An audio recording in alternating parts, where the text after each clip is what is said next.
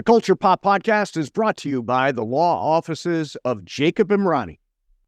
Accident or injury, call Jacob Emrani. Call Jacob. Hey, it's Mase. If you or a friend or loved one is injured in an accident, the first person you should call is my friend Jacob. When I did this, Jacob was great. He helped me by talking through the next steps, which really put my mind at ease. When you're injured in an accident, you got to have an expert. That's why you call Jacob, just like I did. Call Jacob, 844-24-JACOB. That's 844-24-JACOB, or visit calljacob.com. Call Jacob. Hi, everybody. Welcome to the Culture Pop Podcast. I'm Steve Mason, along with Sue 𝐤𝐚 This is the show where we talk about everything happening in the world of pop culture. Great guest today. It's our friend O'Shea Jackson Jr. making a triumphant return to the Culture Pop Podcast. He's got a brand new movie called Den of Thieves 2, which is coming out this coming Friday, January the 10th. Sue Ballou, how was your holiday? Happy New Year. Happy New Year. It was kind of quiet. Tom wasn't feeling great, so we just holed up in the house, ate great meals, watched movies, watched shows. Nice. Yeah, Yeah, it was nice good. at night. Yeah, it was nice. It was nice and cozy. It worked for us because my mom was here in Los Angeles and we spent time together before Christmas. Then we went down to La Jolla to see or Juan's mom and stepdad, and we had a great time down there. Then we came back and went to Calistoga for a few days for some Napa Valley food and mineral waters and mud bath and all that kind of stuff. Just a fantastic trip there. And then came back, had a very quiet New Year's Eve. Very quiet. Just watched Anderson Cooper and Andy Cohen. I watched a little bit of that. They are so funny. They're so funny. The one with Ray Fiennes, the spot with Ray Fiennes. Yes. Oh my God, that was hilarious. Did you see Diplo? No. Oh my God, Diplo. So they're talking about Diplo, the DJ, world famous, all that stuff. He couldn't make the show on time because his helicopter was late, and so they were making like that's the most baller move ever, right? My helicopter's late. Sorry, I'll get there as soon as I can. On top of that, they talked about LSD. And Diplo said he tried LSD, and then they said, "When's the last time?" And he said, "Well, to be honest with you, on the helicopter, I had some." So he was tripping on New Year's Eve on CNN, which I thought was awesome. I want to grow up to be Diplo. Sue, you had an interesting moral quandary come up over the holidays. So I know you and Juan, because you told me, don't exchange Christmas gifts. Exactly. So Tom and I always exchange Christmas and Hanukkah gifts. And this year we made a pact that we were not going to do that because we bought an expensive set of cookware. And I said, let that just be our gift to each other. It's kind of a gift for the house, right? Yeah, nice. For the table. So Christmas morning, Hanukkah morning, I wake up and I walk into the kitchen, and on the kitchen counter, there's 2 cards. I got him a card. Okay, good sign. And then there was a long, like rectangular box wrapped, and I'm like, Tom, what did you do? Because I didn't get him anything, right? Oh. It was like a Curb Your Enthusiasm, like Larry David. Don't bring a gift to the party, and then he's the only one that doesn't bring a gift. Okay. So, his birthday is the day after Christmas, so he was going to get gifts. Yeah. So I open up one of the cards, and it's from Maxwell. Very sweet, from our dog. That's nice, yeah. Open up the other card, and there's a gift certificate for a massage.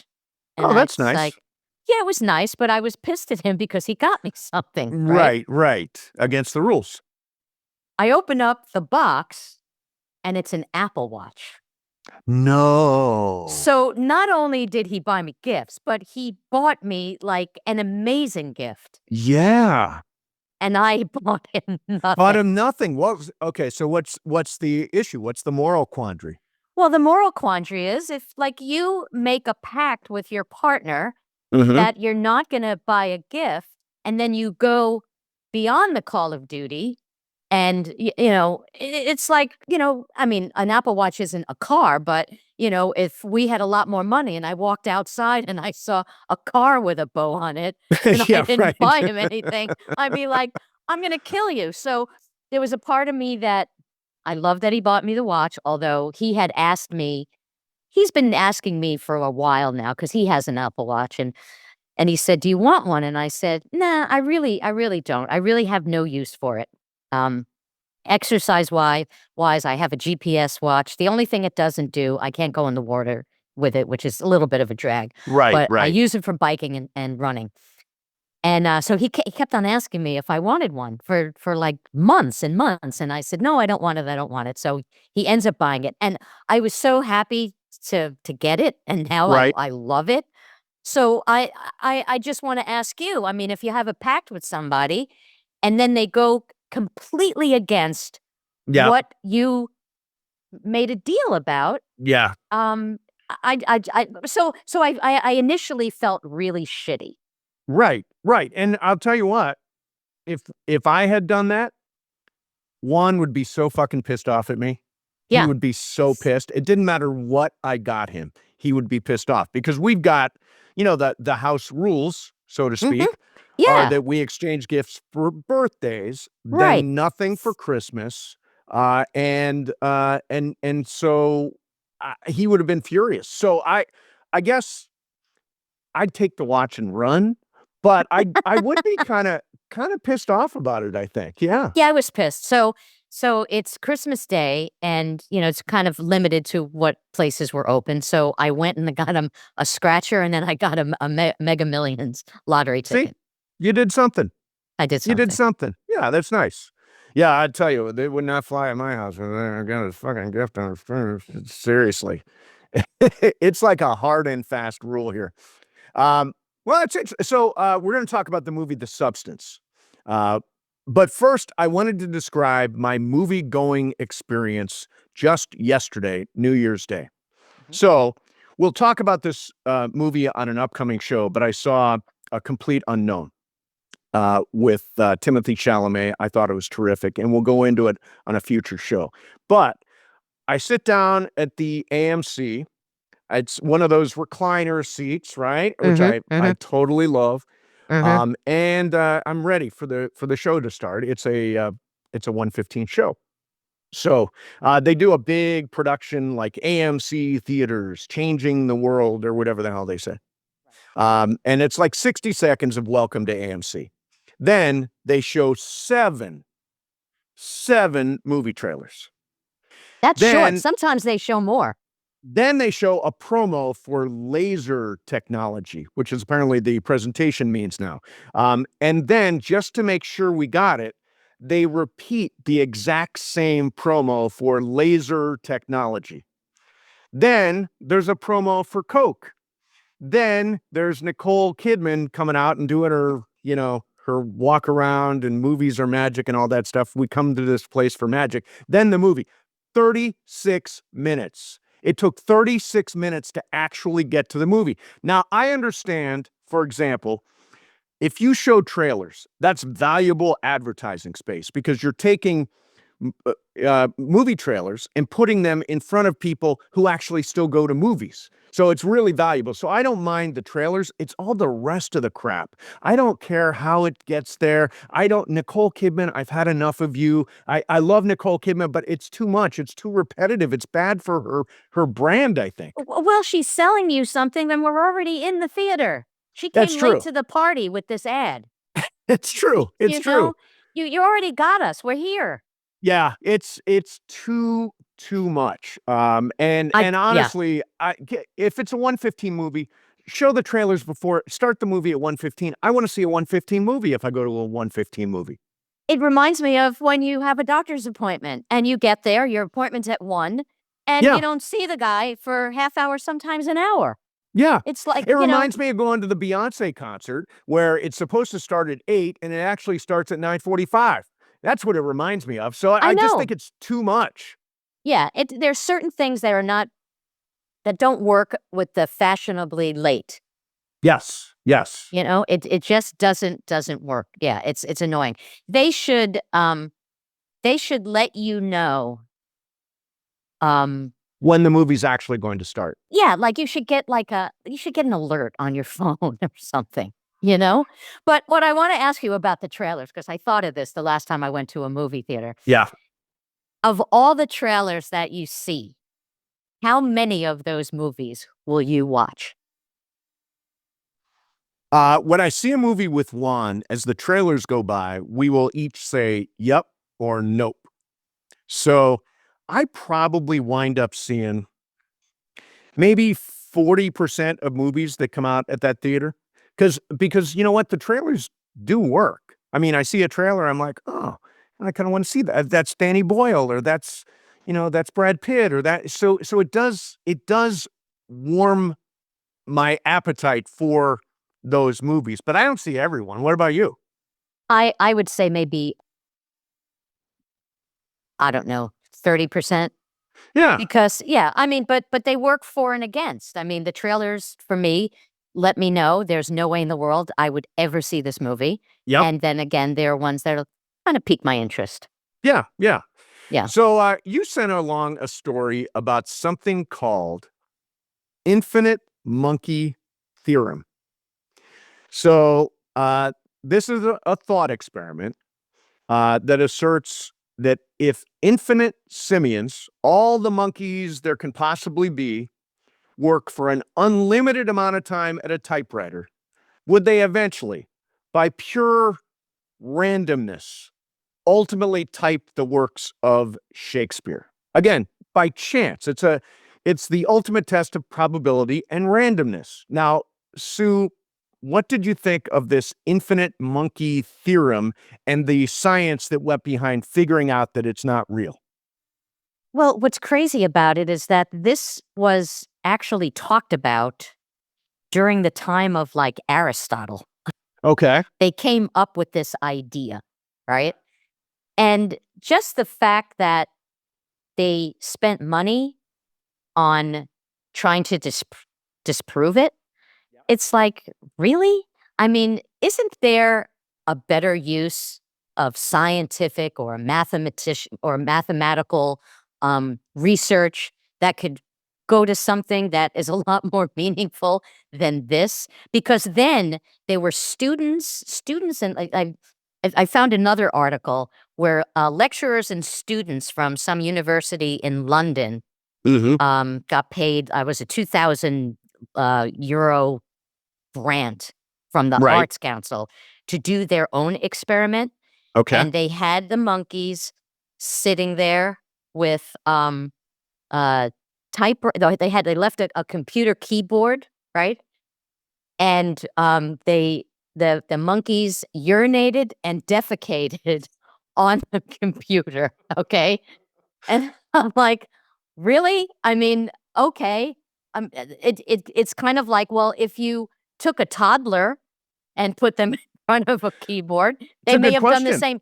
they may have done the same thing, or if you put a dog in front of a computer keyboard, they may have Right. done the same thing. See, So now I know you're talking about this. I actually find it really interesting. I find it really interesting because you mentioned Aristotle. Would sit here back in the day, and he'd put his chin on his hand, and he would say, I wonder if we gave those monkeys all of the possibilities of success, would they, just by sheer randomness, complete an assignment? And you know what?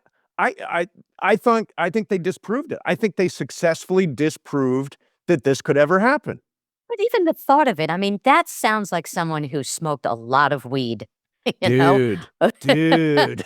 Like, those are the kind of things you think about when you're high, you It's know? true. It's true. So So I found it interesting that the likelihood of a chimp typing all 900,000 words by Shakespeare before the apocalypse is around 6.4 times 10-7448254. Essentially, zero. right. And they went further.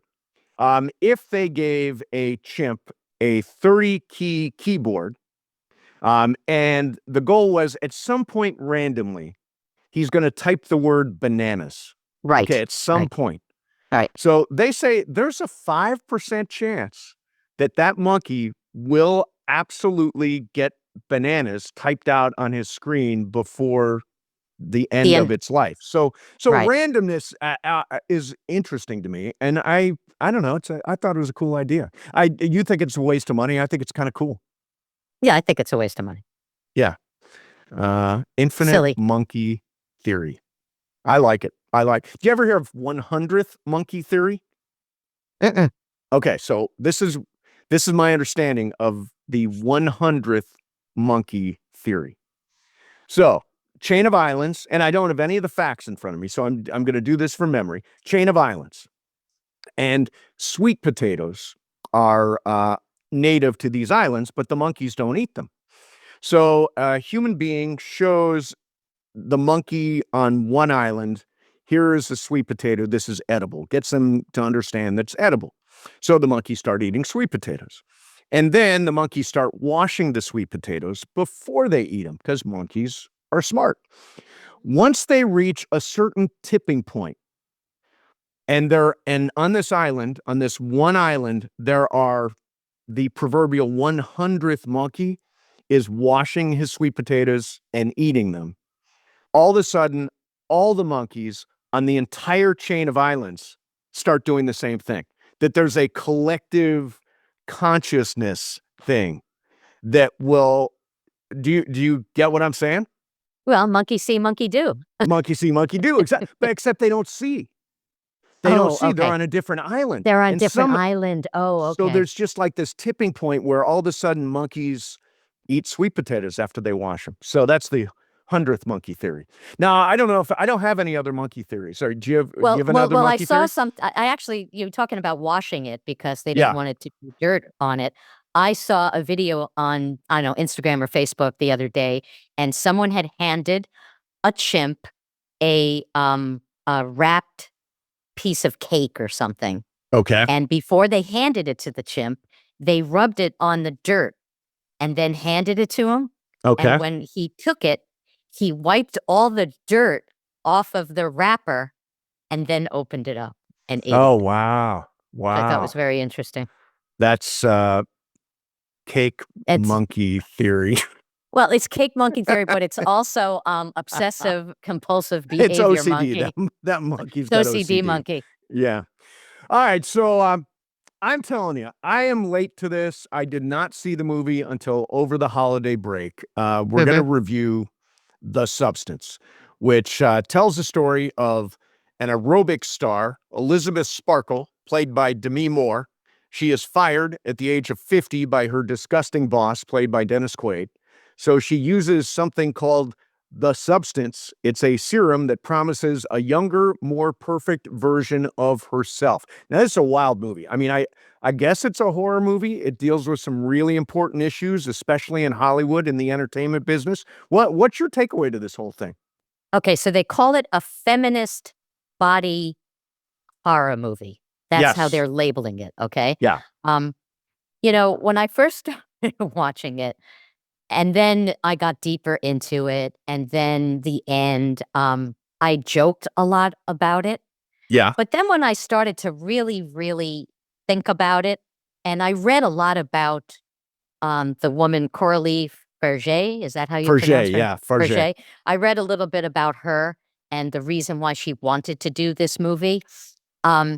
I started to think of the film a lot differently.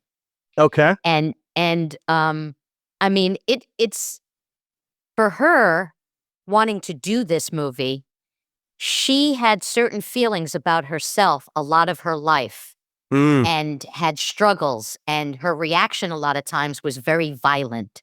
Like she didn't feel that she was good enough or pretty enough, or, you know, she just had a lot of negative feelings about herself. Yeah. So she wanted to do a movie that was so over the top just to drive the point home of how somebody is so desperate to do this, but not only that, just what society deems is the way you should look and the way you should be, and how women are just caught up in it. And Right. and so that to me, excuse me, that to me really made a lot of sense because I made a lot of fun. I mean, it was like seeing, towards the end when it kind of felt like Carrie, the movie Carrie. Um, Right. it actually felt a little bit like a Darren Aronofsky film, like Oh, you know what? You nailed it. Requiem for a It Dream. reminded me of Requiem for a Dream. It was Yeah. something about the close-ups and the Mm-hmm. quick cutting of the close-ups that made me think, yeah, this is like Requiem for a Dream. That's exactly what I was thinking. Now, so there's that. The acceptance of yourself and unfortunately now people are all trying to look younger, dress younger, be younger, all that stuff. There's this idea of who you're supposed to be. That is one level. And I think it's exacerbated by social media because people put pictures of themselves on social media and then you play the comparison game. Oh, look how good they look. I don't look that way. I'm going to filter myself a million different ways so I can post a picture, all that kind of stuff. So there's a lot of that. There's also kind of women and this show business cliff that exists that, here is Elizabeth Marvel, played by Demi Moore, who is just looks amazing. Welcome A- back, Demi. Welcome back, Demi Moore. I am so happy to see that she's acting again yeah, because you haven't really seen her a lot lately. She was no, in The have not. Swan. She was in that show about Truman Capote and the Oh Swans. yeah, the Yeah. Truman Capote and the Swans. Yeah, yeah, she was in that. But But she was amazing. she was amazing. And Margaret Qualley, who plays the other version of herself, the younger version, is also terrific. Just great. That's the biggest role I've seen her take on. I think Margaret Qualley is just going to be a big time movie star. Have you ever felt that cliff? Have you ever felt that cliff? Not not with my looks, Right. but I do feel it as being a writer and producer in Hollywood. Sure. I mean, and it started like in my late 30s, early 40s. I mean, I Right. remember going in for a job interview for the it wasn't the executive producers of Friends, but it was the company that did Friends. And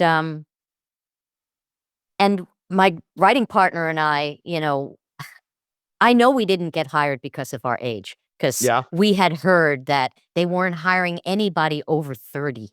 No way. Really? Yes, yes. So, I mean, it happens, younger in that respect. So I feel it more about my skills than I do about my looks. But I remember a while ago, my goddaughter, who's very sharp and just a really, really cool person. She's in her early 20s now. But I remember when she was in elementary school, she actually said to her mother, she was looking at some fashion magazine and she looked at the cover and there was a model who was really thin. And she said to her mother, "Why is this woman so skinny?" She Hmm. said, "It's ugly. Hmm. It's just, why would somebody want to be that thin?" Right. And it's just it's sad, and to me, it's sad and it's dangerous. Like, you think of all these people who have gone to a stranger's house to get liposuction because Oh, they I couldn't thought you were going afford. to say to get laid. Well, not too. Maybe thinking, "I'll get liposuction and then I'll get laid." Yes. But they go to some stranger's house, um, and I have to watch myself sometimes with movies because Tom does it a lot where he's like, "This would never happen," or "That would never happen," and he tries to make sense of it. Yeah.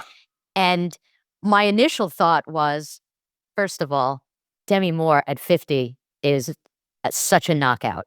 Oh, She is gorgeous and yep. looked beautiful in the film. Yeah. She had a gorgeous body. She didn't look like her face had aged a lot. So it was like, I don't know. And also the idea that somebody who you would think, is pretty smart, would just go somewhere to some strange place and climb, under a Get a serum, go under a bridge and get a a br- serum. yeah, go into some strange place and get this serum. And I know, as far as women are concerned, there's no way I would ever do anything like that without conferring with my Right. No, girlfriends. sure. Of course. But obviously you have to suspend your disbelief and just go with it. One other way that I think this movie works is the idea of, and we talked about the desperate attempts people make to appear young. Plastic surgery, Botox, filler, all that stuff that really does, and there's nothing wrong with getting some stuff done. Like I have no issue with any, but sometimes it does get too much. Sometimes it does become, I mean, I don't want to say monstrous, but because she becomes a monster at the end of this, but it's like a science experiment, right? With some of the plastic surgery and some of the God, stuff yeah. that people get done. Oh, yeah. I mean, well, just recently, I think it was yesterday, Jocelyn Wildenstein, the bride of Wildenstein. Do you remember her? Oh, I do remember her. Yeah. She just passed away. And I saw pictures of this woman. Well, the whole story about her is that they called her the cat lady. She lived in Africa. She had this very, very wealthy husband, and she had this fascination with wildcats, and she basically wanted to make herself in the likeness of a actual cat, and over the years, That's not she kooky. it's just mind-boggling because I saw pictures of her when she was a younger woman, and she was gorgeous. Yeah. So obviously, someone has some really deep-rooted issues Yeah. that you Yeah. wish somebody would have been able to talk to her younger self, but she just kept on going, kept on going, Yeah. kept on Yeah. going. That's the problem. And I guess once you do one thing, you're more likely to do another and then another, and you start getting into science experiment from the neck up kind of situation, which is I think is tragic. I think it's Yeah, tragic. I mean, there's some actresses I can't even look at. I can't even I feel look the at same. anymore. I feel the Yeah, same. Yeah. yeah. By the way, I think this movie, The Substance, is going to contend at the Oscars. Maybe Demi Moore for Best Actress. Maybe Margaret Qualley for Best Supporting Actress. Definitely a shot at original screenplay for 𝐲𝐤𝐿 𝐕𝐵, and maybe even a Best Picture nomination. I love this because it is such an unlikely Oscar movie. It's like, no, I mean, it really is. It's part um, part society message for society and part B movie horror. Like it's got both of those elements, which Oh, is yeah, really cool. I read that, they were saying they were saying that it was one of the sickest movies of the last 10 years, and that during, screenings, people fainted and walked out. Oh, wow. And Wow. something else that's very interesting, do you know who was originally cast to play the Dennis Quaid role? No. Ray Liotta. Oh, he'd have And been then he great. passed he Yeah, passed he'd have away, been so great. he didn't film any of it. He never made it to do any of it, I but thought Dennis yeah, Quaid was appropriately disgusting. he was And he horrible. was shot with that fisheye lens, and he's like, yeah, yeah. And I He love was, that they named him Harvey. I mean, that was yeah, very exactly, obvious. exactly. Yeah. So I guess big thumbs up on The Substance. I know a movie is good when I'm still thinking about it a day or two later, and this one has stuck in my head. I've been thinking about it. I've been turning it over in my head. It raised really interesting issues. So good for them. And yeah, I think it's going to do well at the Oscars. May not win, but nominations are huge, huge. Mhm. Mhm. Hey, want to remind everybody, if you're watching the YouTube show right now, watching the show on YouTube, smash the like button, subscribe to the channel, leave us a comment or a review. Maybe you've got a response to our review of The Substance, or another monkey theory maybe that we didn't mention on the show. There are probably many monkey theories out there. If you're listening on Apple or Spotify, subscribe to the show. Big points if you leave us a 5-star rating and a review. And if you got a friend that would appreciate the show, you know who they are. Make sure you point them toward the Culture Pop podcast on YouTube, Spotify, and Apple. All right. Our guest today has been on the show before. He is the talented star of projects like Straight Outta Compton, Ingrid Goes West, Godzilla, Cocaine Bear, the Disney Plus series Obi-Wan Kenobi, and the action thriller Den of Thieves. His new movie is the long-awaited sequel, Den of Thieves 2, Pantera. O'Shea Jackson Jr. is here. Jay, what is going on? Exciting week. The movie's coming out. How you feeling? Nervous as always. Do you really get nervous? Yeah, it's like, you know what you put in, you know how hard it was, and like that you believe in something and you just want your baby to be okay, you know? So I'm always my hardest critic. So it's hard for me to just like let my brain go, and just like enjoy the ride. So, but I actually saw the film, I think for the first time last week, and I really like it, dude. I really like Nice. it. I think like Nice. obviously Straight Outta Compton will always have a piece of my heart, but as far as performance wise, I think this is my best movie. Nice, man. Wow. Yeah. That's great. So do you often look at your performances and say, I could have done this, I could have done that? Do you like micro as kind of figure out what you did and how it went? Absolutely. Dude, I could count on one hand how many times I've seen any of my films, because I just sit there and pick it apart. Like I just sit there and see things that I wish I could have did differently. I also have a hard time of like when I do a scene to go back and ask to see it. I know that's what a lot of actors do. Just like, can I, let me see that, or like go to Video Village and check it out. But I'm all, if the director tells me he got it, all right, let's rock and roll. Let's keep going. And then the final product, I look at it and I'm like, damn, I wish I would have seen that one. I wish I would have did that a little different. But yeah, all I do is pick myself apart, and then I'll hear other people give me praise, and then it's like, okay, man, I'm just tripping, because when you watch a film, you want to not see, the actor. You want to see the character. And it's just really hard to see yourself and not think that that's you. Right, It's right. it's difficult. Right. I mean, do you see yourself and think, like I know you were saying you wish you could do it again. When you say you wish you could do it again, did you see something in your performance that you felt wasn't genuine? No, it's just little things like I wish, like, oh, I wish I would have put more emphasis on that word, or like, oh, I could have punched that in a little harder. Just like, things like that, where it's just the minuscule thing that nobody's thinking about, but I'm just sitting there killing myself for 2 hours. And it's something that obviously in my line of work I have to get used to, but then I think about people like Johnny Depp who just won't even watch himself. He just Right. goes on Right. to the next thing.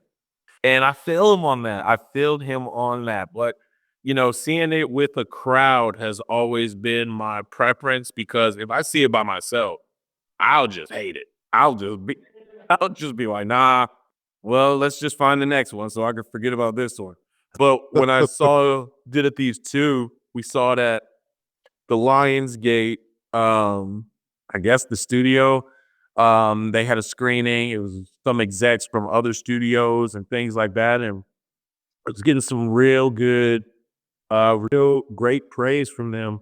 Somebody who gave me like some really strong words were the our director, Christian Gudegas. His father is Victor Newman, big soap character, just Sure. like Mm-hmm. legend in Hollywood. And he pulled me aside and talked to me one-on-one about my performance. And he just gave me such great words of encouragement that like I haven't been this proud of myself in a very long time. Wow, that Oh is really man, nice to hear, that's man. cool. So I Yeah. wanted to ask you, so the band's back together, and you're back with Gerard Butler, you're back with the director. How much of the original crew is on board for the second film? Oh, really just us. I mean, in the beginning, there's a few guys sprinkled in on the cop side, but yeah, everybody, it's a whole new dynamic. And us being over in Europe, we had a lot of great European actors all sprinkled throughout the film. So yeah, it's just us. 50 Cent is an executive producer, honored as well. I am a executive producer. Funny story. I didn't know Nice. I was I didn't know I was an executive producer till I watched the movie. And I was so like the credits hit and then it's showing directed by and then it shows the EPs and I'm like, oh, oh cool. Oh dope. All right, cool. And I hit my agent. I was like, hey, is there a typo in the credits? She was like, no, dude, we negotiated for that. I was like, man, that was really smart. Oh, wow, what a nice surprise. That's But, you know, awesome. I was questioning the crew because you work with a certain, you work with, camera people and audio people, and were they brought on for the sequel? Oh, we got the same DP from the first one. Terry, I think his last name's Shear, but Terry, that dude is a madman. He is always on set with his fedora, just ready to just put me in cautious areas. But yeah, we got the same DP. That's just somebody that Christian trusts. Christian is the director and the writer, so Den of Thieves is his baby. Now, when we did the first one, that was Christian's first time directing. He's a longtime producer. Him and Gerard Butler are like, those dudes are they're brothers. So this Den of Thieves 1 was his first time directing. So for the second one, I was like, all right. So what have you done some other films? He was like, no, this is my second film director. I'm just like, all right, cool, all right. Here's what it is. Let's just do it, baby. Let's get it. And When you wrapped the first one, did you think, oh yeah, there's going to be a sequel here? after the first one, I knew we left it open. You can only hope. And, my dad has always spoke highly to me about, wait till the fish is in the boat before you get excited. Right. And so, you can leave it open-ended as much as you want, but it's all about the audience, how they accept it before you can, sweet talk a studio into giving you more money for the second one. And we really got our second win with the Netflix thing. When it was in the top 10 whatever on Netflix, Yeah.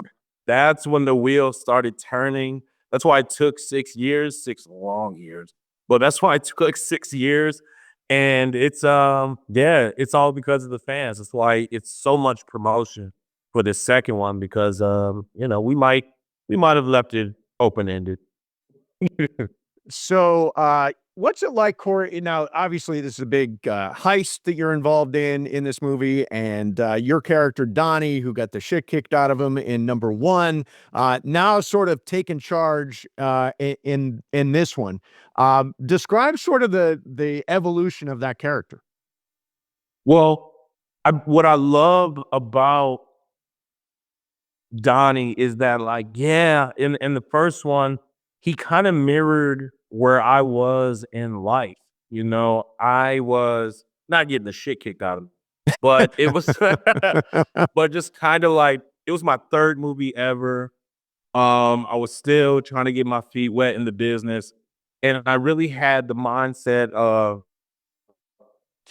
keeping my head down, doing the work, not causing waves, and just leaving with an A on the report card. Because the thing about Hollywood is everybody talks. It's just like high school. So like the more you show that you're here to do the work. How was it working with O'Shea? Oh, he was great. Like you want that type of talk about you, and so that's what I was focused on. I knew coming in there was obviously is an ideology of entitlement when you are second generation, let alone the son of a rapper. So people have this concept of who you're going to be before they even meet you. And so I knew I was battling against that. I knew I was battling against the naysayers who say, of course he can play his dad. What else can he do? So I just wanted to keep my head down, focus, not cause waves, get in, get out, which is the same mindset of Donnie in the first one.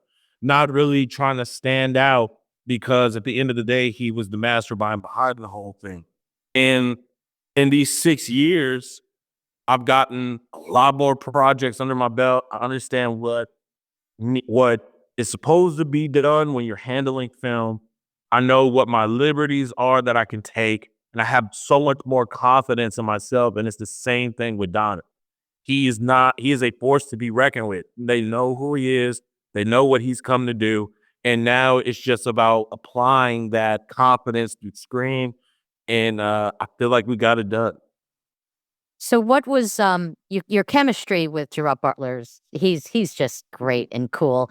I mean, he plays this, this badass, but what's he like? What's he like off camera? It seems like he'd be a really, really fun kind of guy. Oh, he's a jackass. He's he's a shit talking giant Scotsman.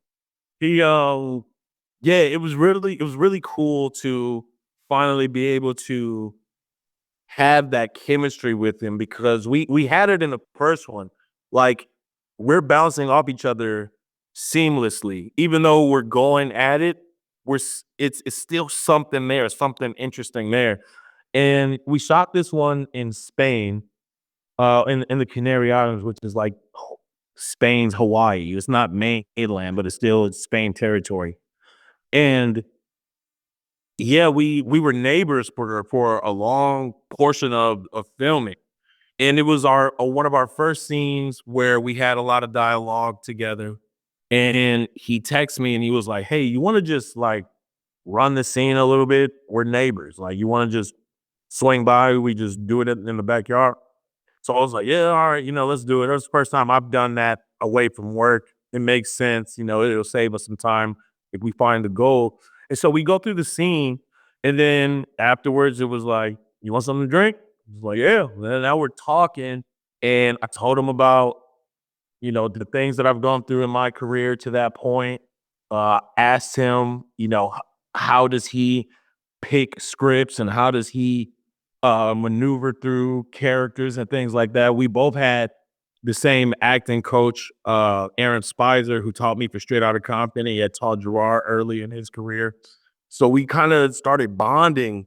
And then from there, it was just like, it's like stepbrothers. Like, do we just become best friends? I was like, yeah. So like now we're having fun on set, talking shit. A funny scene. It's not funny in the movie, but like in real life, it was funny. So we're driving in this Porsche, and these guys are after us, and we crashed the Porsche, right? And we can't really crash like the car, so they have a Porsche attached to this giant metal rig, and they're going to swing it real fast and stop it real fast to simulate a crash. And so we do the rehearsal, and we do it or whatever. And then he was like, "I didn't really feel like a crash, did it?" Like, "No, not really." He was like, "Should I tell him to like turn up the PSI? That it's based off pressure, the whole thing." And then it was like, "Yeah, they're like, yeah, turn it up to 5." And then so now we're sitting in the car, we're getting ready, and right before action, we kind of looked at each other like, we don't know shit about PSI. And then what? And like, I hit my head, he hit his knee, and we were like, "All right, I think we got it." No shit about PSI. We're just like, turn it up. Yeah, we got fucked up. So you grew up with a dad who's got great cultural significance and a huge amount of fame. Now you are getting a taste of this. I've been with you out, and people know who you are. People recognize you. Do you enjoy fame, and then how do you balance fame and privacy? Fame is overrated, dude. I mean, it's really cool, the admiration and things like that. When people ask me for pictures, I always give them pictures, unless I'm eating or with my daughter or with my family, like, or in the bathroom. Like, those are the only times where I'll say no, because at the end of the day, they could really not give a fuck. Like, they could just not care. And the fact that they see me and they're so happy that they feel like no one's gonna believe it. Like, no one's gonna believe that I met you. Can I get a picture? All I gotta do is stand there. So I'll stand there. But I miss Six Flags. I wanna go to Six Flags so bad. But it's just like, I have to call ahead, see if they got security for me. I used to be able to just spontaneously just pick up the homies and go. Other things like my friends go out for their birthdays or whatever, and if I go, I'm the only one not drinking because all it takes is somebody with a phone to catch me looking sloppy, and Yeah. now I've ruined my money. And it's just these things, and like my kid, like for me to take her places, it either has to be somehow contained or like there's just so much more extra steps I have to go into it. I don't even post my kid on social media because as a co-parent, I'm not with her all the time. And like the last thing I would want is for somebody to see my kid while she's with her other side of the family, like, yo, that's O'Shea Jackson's daughter, or that's Ice Cube's granddaughter. It scares the Right. hell out of me. So like I always wanted to be rich, not famous. That's why when I went to USC, I wanted to be a screenwriter. I wanted to be on the other side of the camera so I can make these stories, make these movies, these films, video games at the time, and still have my privacy where I'm not just somebody you could point out. And Straight Outta Compton happened. It was an opportunity to do something for my family that would cement us in film forever. So I had to take it, and I'm just here. It's a gift and a curse. I've always described it as fame is a jellyfish. Like, yeah, it's beautiful, it's amazing to look at, but if you get wrapped up in it, you're dead. Yeah, I remember years ago when I was living in New York, I went to the US Open at Forest Hills, and Robert Redford was sitting a couple of rows ahead of me.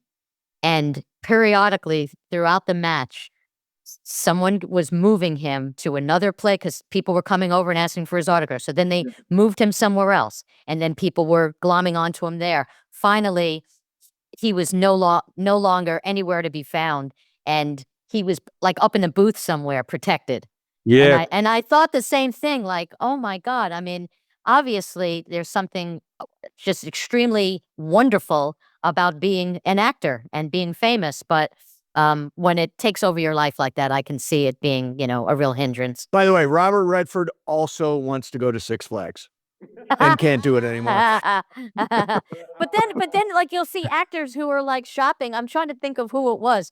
I don't know if it was Dick Van Dyke was seen in like a Ralph's or something, walking yeah. around with a Like shopping cart. I love that. sometimes you gotta, you just gotta pull a mission real quick. And even like when I go to the airport, I travel alone. Like I got some streamer friends in Texas. I've been to Atlanta back and forth over the last couple of years, and I travel alone because then there's the part of people that see you with security and like, oh wait, that's somebody. So then when they see me by myself, they're like, there's no fucking way that's him. Look at him just walking by himself. So like Right. it's kind of a cloak and kind of very vulnerable, but you always got to be kind. Like if there's any memory you have of me, it's you have to be kind. And it does pay off because you never know who you're talking to. Tony Hawk randomly wanted me to do his podcast, and I'm like, what the hell does Tony Hawk want with me? I never even mentioned skateboarding or anything like that. So I do his podcast, and so I asked him, I was like, bro, why did you pick me to come on here? He was like, dude, you were super, a young lady stopped you, asked you for a picture. She said you were super nice to her. And she said you were just a wonderful guy. And that was my sister. Yeah. And I was Oh. like, oh, Oh. cool, bro. Like, dope. Oh, that's awesome, man. Yeah, you never know. You never You know. never know. So since last time we talked to you, we're competing with you because you've got a podcast, the Cool. No Contest podcast. That We don't you're even doing talk with- about wrestling, bro. That was Mike was on. It's true. It's true. It's you and TJ Jefferson. But I want to go back to wrestling because since the last time we talked, I also watched the Vince McMahon docuseries, which I thought was great. Which I thought I learned so much about wrestling in that thing.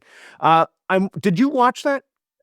Yeah, I watched it. And, a lot of it is because there's been a ton of wrestling documentaries.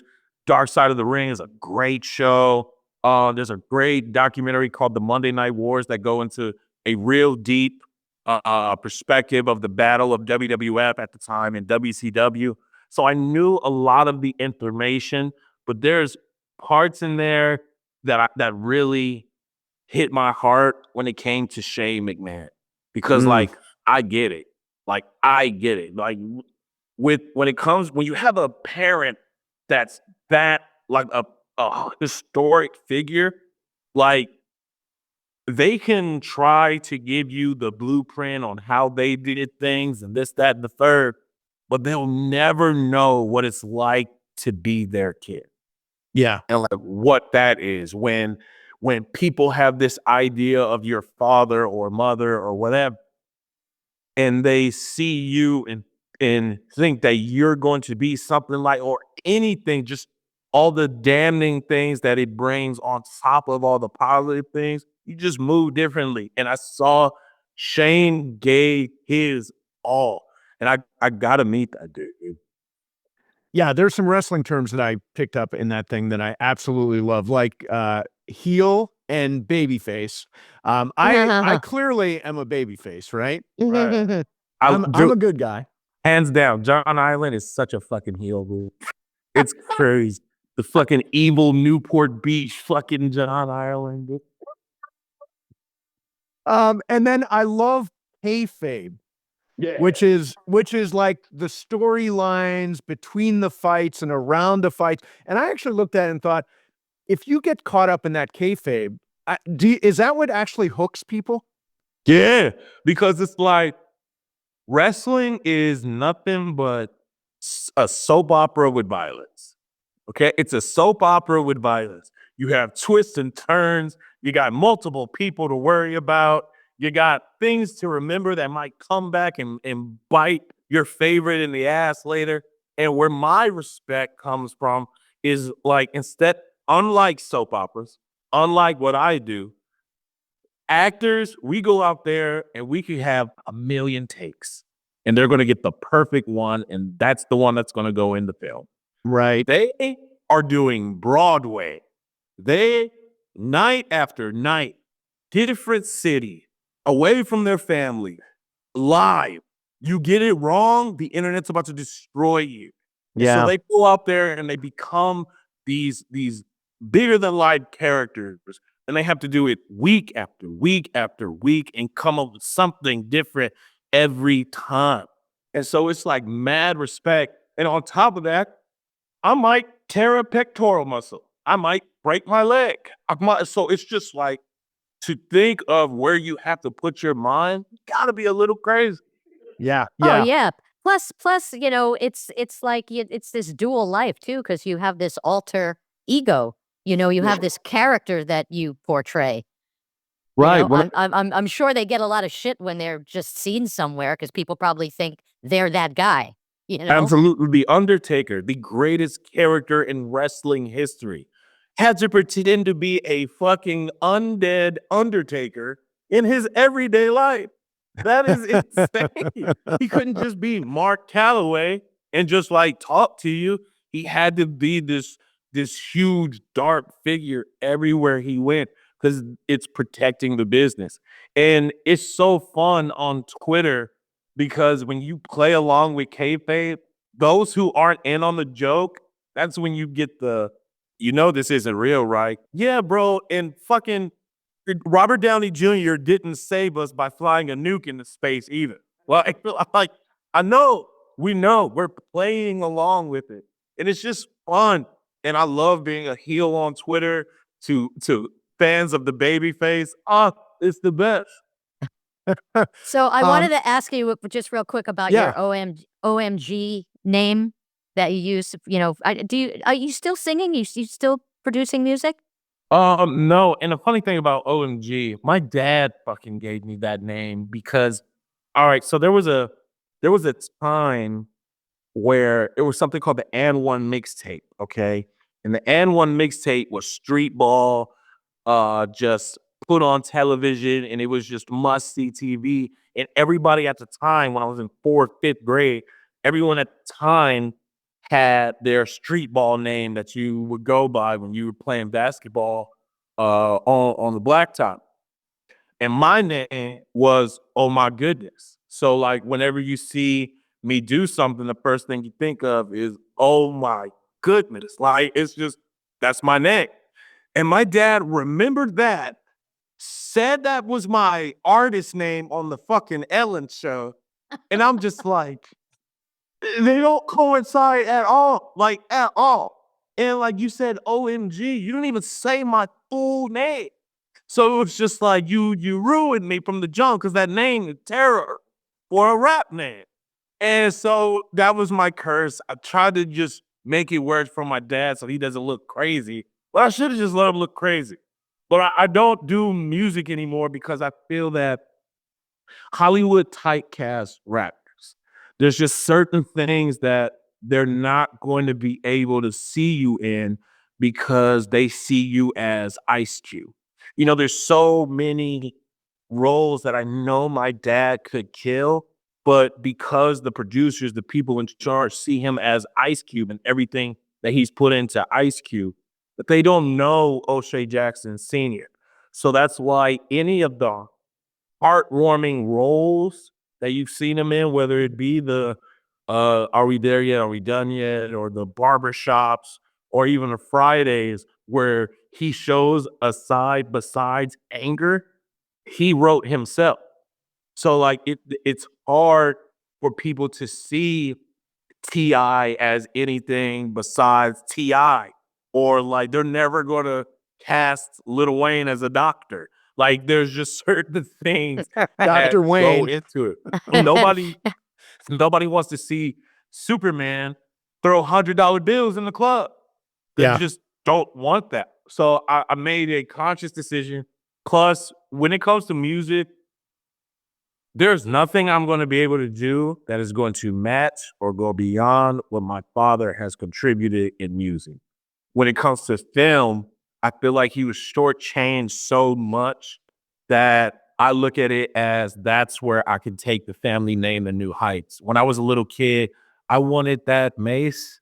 I wanted that MTV popcorn so bad, dude. I wanted that trophy so bad. And he would get nominated and it would go to fucking Adam Sandler. And like, it would just like, it would bother me. And then so when I did Straight Outta Compton, you know, by the grace of God, it just happened to fall on the 25th anniversary of the MTV Movie Awards. And the first popcorn that my family got had my name on it. Oh, So that's I awesome, man. knew I gotta go get the trophies that they would not give my guy in film. So my mom's trophy case just looks amazing. So I'm curious, Shay. When obviously you're a Lakers fan. I've heard through the grapevine you're a Lakers fan. Okay, good. And there's this kid named Bronny James who's trying to break through right now. Yeah. How do you think he's doing at sort of trying to bring himself along with a very, very famous dad? Number one, I think, and it's so hard being that young to ignore the noise. It's very hard. Like, I couldn't imagine actually doing Straight Outta Compton when I was 19. Like, I did that when I was 23, 24, okay? So, like, I couldn't imagine what having the mental capacity I did at 19 and not hearing people trash me every time I do anything on social media. And I love it for him. Never gonna speak ill of Bronny. The man almost died in college. His body is getting acclimated to basically what almost a new heart, and it's those things that people don't pay attention to because it's just so much easier to crack jokes online. And when we told everybody he's going to the G League, he's going to the G League, everybody chill out. Outside of Manu Ginobili and Isaiah Thomas, there hasn't been anyone after the 55th pick to be some huge monumental player on a team. So everybody calm the hell down. And for when he was going to the G League, the one thing that I was upset about was when the reports came out that they weren't going to do the away games and he wasn't going to train with the team. Because that right there is where the entitled talk starts. And I'm so happy that he went against that, chose to go with the team on the, away road trips and things like that, because his first road game is when he put up 30. Yeah, and it was just like, that is what I'm talking about, because it's earning the strikes that's going to make you into your own man. When I was filming the first Den of Thieves, this was my first, I had to go against what my dad said and show that I was trying to earn my stripes. So this is me trying to lead by example to Bronny, if you ever see it. But I'm doing Den of Thieves and I'm the twist. So I'm not in the movie a whole lot because you're not supposed to be paying too much attention to me. So there will be times where we'll have 4 or 5 scenes lined up for the day and I'm on the last scene and I'm on set 11, 12 hours. And then they'll be like, sorry, Shay, we're going to have to get to that tomorrow. So this is the 3rd day in a row where I'm just on set for 11 hours, not doing nothing. So I called my dad to be like, yo, is this normal? And he goes, just go home. What? He's like, just go home. Just get in your car and go home. And when they call you, you can be like, yeah, I left. Call me when you need. I'm like, Dad, that's a real Ice Cube thing to do. And I don't have that yet, bro. This is my 3rd film ever. I don't have that. And so I had to go against that and show that they couldn't bother me. I had to show them that I had to be a professional. I'm here. You'll make it up to me down the road. Well, I had to kind of stand on my own and be like, no, I could take the lumps. I can go through the shit that they think is going to break me and I can prevail. I want to talk just real quick. I know we've been on for a while, but I just watched Ingrid Goes West again recently. So good. So good. So good. And you're so good in it. But I couldn't help but think of 2 things. And that was one of the reasons why I brought up the OMG. Yeah. Wyatt Russell's character is an artist. And on one of the paintings, it says OMG. Now, did they do that because of you? Oh, no. That was just a coincidence. That is hilarious though. But also shout out to Wyatt and Elizabeth. Just some more generational people. But yeah, that Ingrid Goes West, that's really my baby. Cause Ingrid has done so much for me, sneakily, on the low, where I've gotten a lot of roles because of Ingrid Goes West. Interesting, yeah. Deborah Chow, who directed Obi-Wan Kenobi, I didn't have to audition for Obi-Wan Kenobi. I was doing Swagger, and my agents are like, yo, 12 o'clock, we need you to be free on Wednesday. I said, I'm filming. They said, listen, we don't care. 12 o'clock, you need to be free on Wednesday. So I got the day off. And then I opened the Zoom email. It's Deborah Chow. And I'm like, hi. And she's like, hello, my name's Deborah, blah, blah, blah, blah, blah. And she was like, do you know what this meeting's for? I said, no. She was like, we're doing the Obi-Wan Kenobi series for Disney Plus. I said, oh, okay. And she was like, are you a Star Wars fan? I said, oh, yeah. And she starts telling me about the show. And I'm like, I haven't signed an NDA or nothing. Should you be telling me this? And she was like, no, you got the part. We want you. And I was like, oh, well, this is great news. How, why me? Said, oh, because I saw you in Ingrid Goes West and you're the heart of that film. And I need that from you for this character. And a secret, Sue and Mase, I'm not acting in Ingrid Goes West at all. I'm just being Shay. That's just you? That's just me, bro. There was no character. It was just I was going there just saying words. And it was just a very freeing film. And my dad was scared for me doing it because if you go from the movie that was #1 for 3 weeks in a row to an indie, he's like, this is a backward step. I don't know if he should be doing this. But then he never told me this, but he told my mom. They saw it, and he told her, I'm really happy he did that movie. Ah, that's great. Oh yeah, That's you're great. so charming in it. But and Yeah, just so one, good. so good. But another thing that really struck me is that I don't think I ever watched a film where the offspring of two of the lead actors um that looked exactly like their fathers. I mean, it's unbelievable to look at you, how you look so much like your dad, and then you look at Wyatt Russell, who it's like freaky how much he looks like his father. Yeah, I really want to work with him again. Me and him, like, we're both in the Godzilla universe right now.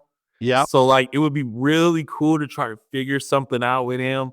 But he's such a cool dude. Aubrey, Aubrey is my dog. You know, anything she ever needs me for, I got her. And then Elizabeth Olsen is so fucking cool. It like is upsetting how cool she is. She deserves the world. Yeah. So I know what I would be doing if I was you on Friday. I'd be like lurking at the back of a theater, listening to people react, scanning Deadline, looking at box office. Now, I mean, what will you actually do on opening day? Man, opening day, I might go with my family. I might, go to like an iPick because I'm bougie. Of course. And I might go with my family to check it out. And then honestly, dude, I'm gonna be in my room, hiding under the covers until my agent tells me we did it. And I really think like I'm so happy with how the film turned out. Your boy looks like a fucking movie star. And I really think with the position that we're in, the beginning of the year, there's a lot of superhero and other IPs all around people that I think this movie is going to be very refreshing. And I really feel like I could get a #1 out of this. Nice, man. Nice. Yeah, take down Wicked. Bro, Tired of Wicked. we did it. Me and Gerard were like, bro, should we be crying in our press? Like, should we just do that? That's right. They cried constantly in their press. To go. Yeah, I need Wicked and Sonic and Mufasa to just get the fuck out the way and just let me rock, man. Make room for Shay. Make room for Den of Thieves 2 Pantera. Excited for the movie, man. Thank you a lot for coming on, as always, and I'll talk to you soon, man. Absolutely, man. Whenever you guys need me, you guys have me. And make sure you say hi to that evil human being, John Ivan. I will definitely do it. I will definitely do it.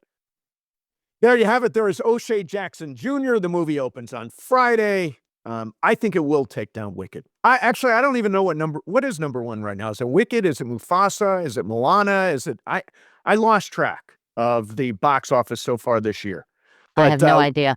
Yeah, but I think it's going to do great. And the one thing about him, and you can tell just from watching him here and listening, he's got such charisma, just like natural charisma.